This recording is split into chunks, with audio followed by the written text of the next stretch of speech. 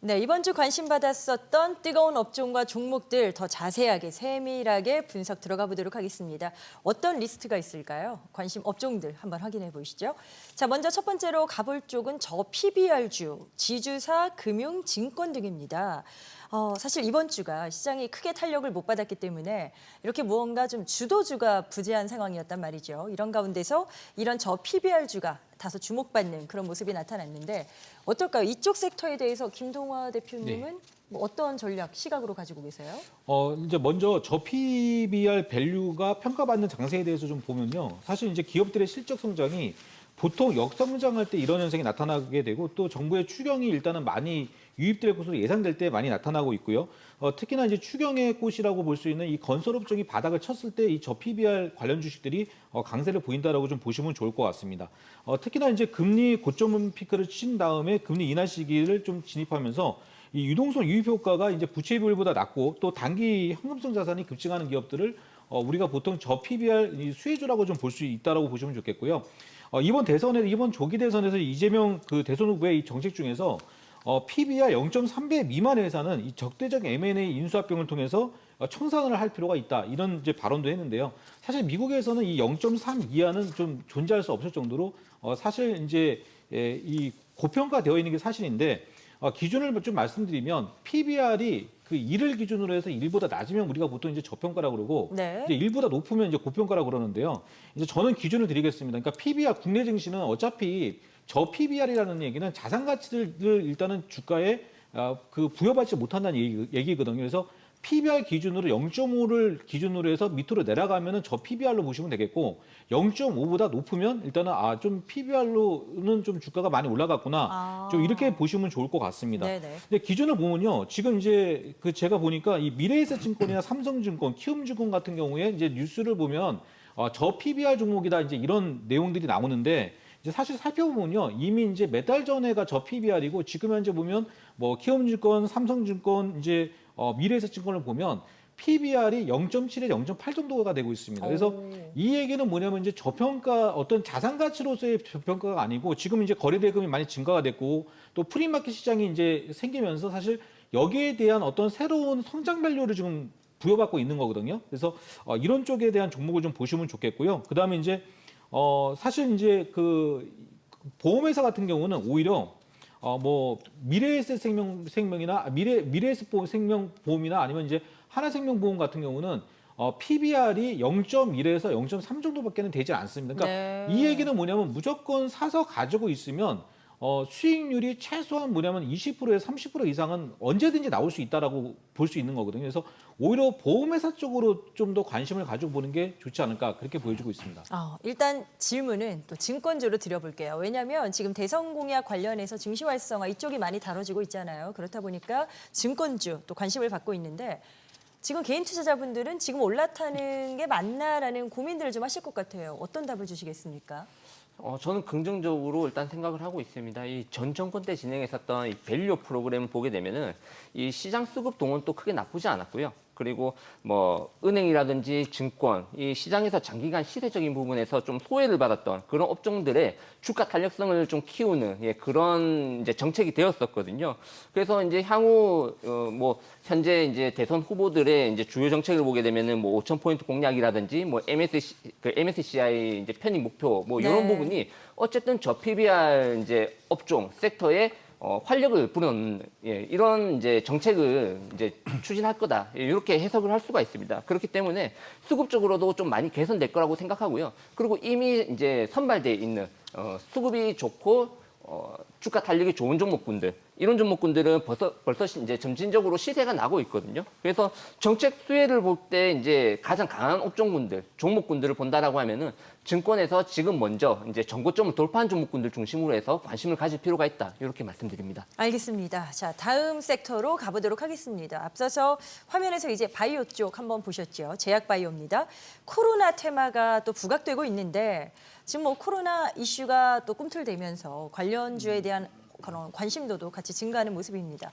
지금 합류를 해도 괜찮을까요? 백진수 대표님께 좀 여쭤볼게요. 네, 이제 네. 코로나가 다시 극선을 부리기 시작하면서 글로벌적으로 그래서 이제 먼저 진단키트 종목들이 올라갔는데요. 이제 진단키트 종목들 같은 경우에는 지금 접근하기에는 좀 부담스럽다. 그리고 원래 테마성이기 때문에 지금 현재로서는 이제 실수혜주를 봐야 된다고 생각이 들고요.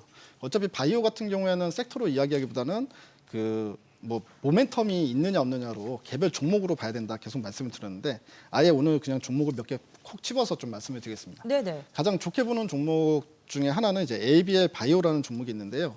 ABL 바이오는 쉽게 이야기하면 그 우리 머리 이제 뇌는 뼈로 둘러싸여 있고 또 이제 뇌혈막이라고 해서 보호층이 이렇게 있어요. 그러니까 약이 투입이 안 됩니다. 그러니까 뇌질환이 치료하기 힘든 이유가 약이 투입이 안 되기 때문에 그런 건데요.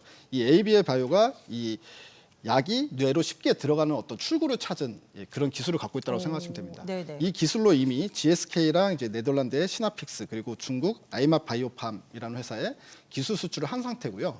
여기서 끝난 게 아니라 또 조만간에 기술 수출이 또 있을 것 같습니다. 그렇기 때문에 이렇게 기술 수출이 추가적으로 나올 때마다 주가가 지금 고점인데도 불구하고 계속해서 점프업이 될 가능성이 있지 않나 이렇게 좀 생각하고 있고요. 이런 종목은 또 이제 너무 높아서 좀 들어가기 부담스러워요 하신 분들은 이제 바닥권에 있는 종목도 있는데 그게 바로 코로나 실수해주입니다. 코로나 실수해주라고 이제 ST팜이라는 회사가 있는데요. 네. 이 회사가 이제 CDMO 회사인데 이 RNA 관련된 CDMO 회사입니다. 여러분들 뭐 아시다시피 코로나 백신은 RNA로 만들어지죠. 그렇기 때문에 이 RNA 원료만 만드는 게 아니라 RNA와 관련된 모든 수직 계열화가 다 이루어진 회사고요. 실질적으로 그 코로나 이후에 이 RNA로 신약을 개발하는 회사가 너무 많아지다 보니까 매년마다 실적도 상당히 큰 폭으로 증가하고 있습니다. 네. 그래서 실적이나 재무적인 상황이나 그리고 현재 코로나가 다시 극성을 부리는 부분 때문에 바닥권에서 충분히 올라올 수 있는 모멘텀이 생겼다라고 보여지고요. 또 하나가 이제 목요일 날 가장 따끈따끈한 뉴스가 나온 종목이 있는데 이건 제가 또 관심주로 가지고 나왔으니까 이따 다시 말씀드리겠습니다. 알겠습니다. 제약바이오 쪽으로 최고 또 유망 관심주를 제시하신다고 합니다. 지금 짧게 또 김동완 대표님께도 여쭤볼게 제약바이오가 장르가 워낙 많았고요. 뭐 예. 비만 치료제나 이쪽이 워낙 또 성장한 건 많은 분들이 아실 겁니다. 지금 필요한 전략을 뭐 어떤 부분에 집중할까요? 저는 이제 사실 그 좀 약간 찬물 껴는 얘기일 수도 있겠고 왜요? 아니면 또 기회에 대한 얘기일 수 있겠는데요. 김 대표가 사실 이제 2020년도에 추천했었던 어떤 코로나 관련주들 보니까 한 10배 정도 이상 급등이 나왔더라고요. 근데 지금 보면은 제가 추천한 가격에 비해서 반토막도 더 났습니다. 대표적으로 이제 제가 종목 하나를 말씀드리면 그 당시에 이제 제넥신이라는 주식이 있었는데 14만 원이었습니다. 14만 원. 그런데 이제 지금 현재 보니까 5천 원 하더라고요. 예. 그러니까 이 무슨 얘기냐면 이런 기업들은 고민을 하셔야 되는 게 일단은 이 기술 수출이 만약에 지연되거나 아니면은 또 지금 현재 코로나19라는 것들에 대해서 수익성이 없거나 이렇게 되면은 일단 이익 자체가 없기 때문에 기업의 가치가 이제 없는 거죠. 그러다 보니까 주가가 많이 빠진다는 점 꼭 기억해 주셨으면 좋겠고요. 일단 저는 사실 여기서 실전 매매 포인트만 말씀을 드리도록 하겠습니다. 이제 저는 그러니까 인명 사망이 있으면 저는 이런 주식을 매수하고요. 인명 사망이 없으면 사실 매수를 보류합니다. 그러니까 과거 같은 경우에 보면 이제 미국에서 코로나 확진자가 많이 나왔는데 코로나 확진자로 사망자보다 오히려 그 독감으로 사망하신 분들이 더 많다라는 통계가 나오면서 오히려 코로나 관련주들이 그때 계속적으로 하락하는 흐름을 보여줬거든요. 근데 이번에 보니까 지금 현재 이 중화권에서 보니까 뭐 30명 이상 사망자가 나타났다고 하는데 뭐 지금 어림잡아서 한 100명 이상도 지금 가능성이 있다는 이야기가 나오고 있고 분명히 네. 이 부분은 국내로 또 상륙할 가능성이 높아진다는 얘기겠죠. 이제 그러고 또 이제 환율이 또 여기서 1,370원까지 이제 내려오면서 아까도 말씀드렸지만은 이 원료 관련해 가지고 의약 원료 관련해 가지고 그만큼 코스트가 따라온다니까 분명히 이제 이익이 좋아질 거고 또 부채가 많은 기업들은 환율 보통 이 바이오 회사들은 부채가 많습니다. 어마어마하게. 그러다 보니까 꼭 부채 비율을 보셔야 되는데 부채가 많은 기업들이 언제 주가가 올라가냐면 환율이 일단 이렇게 좀 강세가 나타나서 아무래도 100만 원 저 이자 낼 거 50만 원만 이자 내면 당연히 기업들이 그렇겠죠. 살아남겠죠. 그렇기 때문에 이제 그런 관점으로 보시면 좋겠고 오늘 보니까 관련 주식들이 많이 하락을 했는데 이제 상한가를 간 주식을 보시기 바랍니다. 그래서 셀리드, 진원생명과학, 뭐 신풍제약, 위도스제약은 오늘도 많이 올라가더라고요. 랩지노믹스 뭐 이런 관련 종목군들을 좀 가지고 단기 매매 접근을 하셨으면 좋겠고 그다음에 좀 큰 꿈을 가지고 좀 주식을 하고 싶다 하시는 분들은 제넥신이 지금 5천 원 하니까요. 지금 보니까 부채 비율이 한 30% 이거 꼭 보셔야 됩니다. 왜냐하면 이제 유상증자 당할 수 있거든요. 그래서 부채 비율이 30%면 당분간 유상증자 안 하고요. 그리고 유보율이 한 1000%라는 얘기는 뭐 회사가 끄떡 없다는 얘기죠. 그래서 이런 정도 좀 재무가 지금 단기적으로는 안정적이고 많이 빠졌으니까 한번 관심 있게 보셨으면 좋겠습니다. 네, 다음 섹터는 저희 핫업종에서 뭐 거의 매주 이름을 올리는 섹터죠. 화장품 쪽 K뷰티로 넘어가 보도록 하겠습니다. 자, 김호영 대표님, 화장품은 뭐 여전히 잘 나가는 것 같아요. 게다가 승무원 뭐 미스트 뭐 이런 걸로 유명하잖아요. 달바글로벌도 화려하게 데뷔했더라고요. 네, 이번 주에 데뷔를 했는데 정말 화려한 데뷔를 했습니다. K뷰티 대여로 뭐 이전부터 꼽히고 있었고요. 그러면서 시장에서 관심을 많이 받았는데 무엇보다 이제 공모가가 정해지면서 밸류에이션 매력도가 부각이 됐습니다. 시장에서 본래 이제 설정했었던 달바글로벌의 몸값은 한 1조 6천원 정도였다라고 하는데요. 공모가가 확정되면서 8천억 원 수준으로 상장을 했습니다. 네. 1조 6천억에서 8천억이면 절반 가까이 다운이 된 거니까 그렇죠. 반값 상장으로 평가받으면서 관심이 쏠렸고요. 그러면서 오늘 장에서도 강세 흐름을 보였는데 오늘 상승하면서 이제 1조 4천억 원의 시가총액을 기록을 했거든요. 한 번 더 상승폭이 남아 있을 수 있다라는 것에 염두를 해두면서 지금 상장 초기라서 좀 위험하긴 하지만 다음 주에 관심을 가져볼 만할 것 같습니다. 지금 K뷰티 관련주들은 그동안에는 실적에 대한 평가에 신뢰성이 많이 떨어져서 왜냐하면 중국 시장의 영향을 많이 받았기 때문에 그래서 주가에 대한 평가를 제대로 받지 못했는데요. 이달 들어서 이제 APR이 급등을 해주고 APR이 실적 효과를 확실하게 보여주면서 이제 K뷰티 관련주들의 실적이 주가에 반영이 되고 있는 상태입니다. 이런 시점에 이제 달바글로벌 적절하게 성장을 했고 연평균 65%의 성장률을 보이고 있는 달바이기 때문에 다음 주 또 관심을 가져보시면 될 것 같은데 네. K뷰티 전체적으로 지금 피부, 미용, 의료기기 쪽 시장이 지금 굉장히 어쨌든 핫하니까요. 이쪽으로 관심을 가져보시기 바랍니다. 알겠습니다. 자, 다음으로는 조선. 뭐 조선도 빼놓을 수가 없겠죠. 이번 주에는 한미 정부가 관세 실무 협상에 돌입하면서 이제 조선협력에 대한 기대감도 덩달아 커지고 있습니다. 자, 강동현 대표님께 여쭤봐야 될 것 같은데 뭐 하반기 수주 모멘텀에 대한 기대치도 여전하고요. 계속해서 장밋빛 전망으로 끌어가도 될까요? 네, 저는 여전히 조선업은 긍정적으로 보고 있습니다. 네. 일단 앞서 일본과 미국의 관세 협상이 이제 진행되는데 일본이 이제 트럼프 행정부의 그 관세 압박에 있어가지고 이 조선업을 협상 카드로 활용해서 미국의 양보를 이끌어내는 것을 목표로 하고 있다 전해졌습니다. 우리나라는 어제 2차 실무 협의가 마무리되었었는데요. 이 주요 협상 부분과 주요 협상 부분은 차기 정부로 넘기는 모습이었거든요. 아마 이제 다음 우리 정부에서도 일본과 비슷한 협상을 진행하지 않을까 생각하고요. 네. 가장 중요한 거는 미국이 원하는 것과 우리가 잘하는 것에 이 상호 이해관계가 일치하고 있다는 거죠. 예, 아직 협상이 진행되지 않았기 때문에 향후 기대감이 조금 더 부각될 수가 있다 이렇게 보여집니다. 그리고 이제 최근에 조선 기자재 요 주요 기업 주요 종목들이 1분기 실적이 시장 기대치를 하회한 종목들이 제법 많이 나왔습니다. 근데 단발성 이제 가격 조정이 나오긴 했는데 또 빠르게 회복을 했거든요. 이런 부분은 시장에서는 당장의 실적보다는 향후 성장성에 더 기대를 하고 있다 이렇게 해석을 할 수가 있고요. 밸류 측면에서만 본다라고 한다면은 약간 과열권이라고도 해석이 가능한 구간입니다. 하지만 이제 상승 기조를 유지하고 있다라는 점은 시장이 향후 미국과의 이런 협력 기대감이 아직은 여전히 유효하다 이런 걸 보여줄 수가 있고요. 방향성, 추세 부분에 관심을 가지고 시장이 대응할 필요가 있다 생각합니다. 네. 자, 조선에 이어서 이번에는 우주항공 방산 쪽 섹터로 넘어가 보도록 할까요? 뭐 호재성 재료가 많습니다. 미 트럼프 행정부의 골든돔 프로젝트가 제기됐고요. 삼성의 우주 후방 산업 진출 소식도 있었습니다. 자, 백진수 대표님. 네. 이렇게 뭐 긍정적으로 작용할 만한 뉴스는 계속 나오는데 네.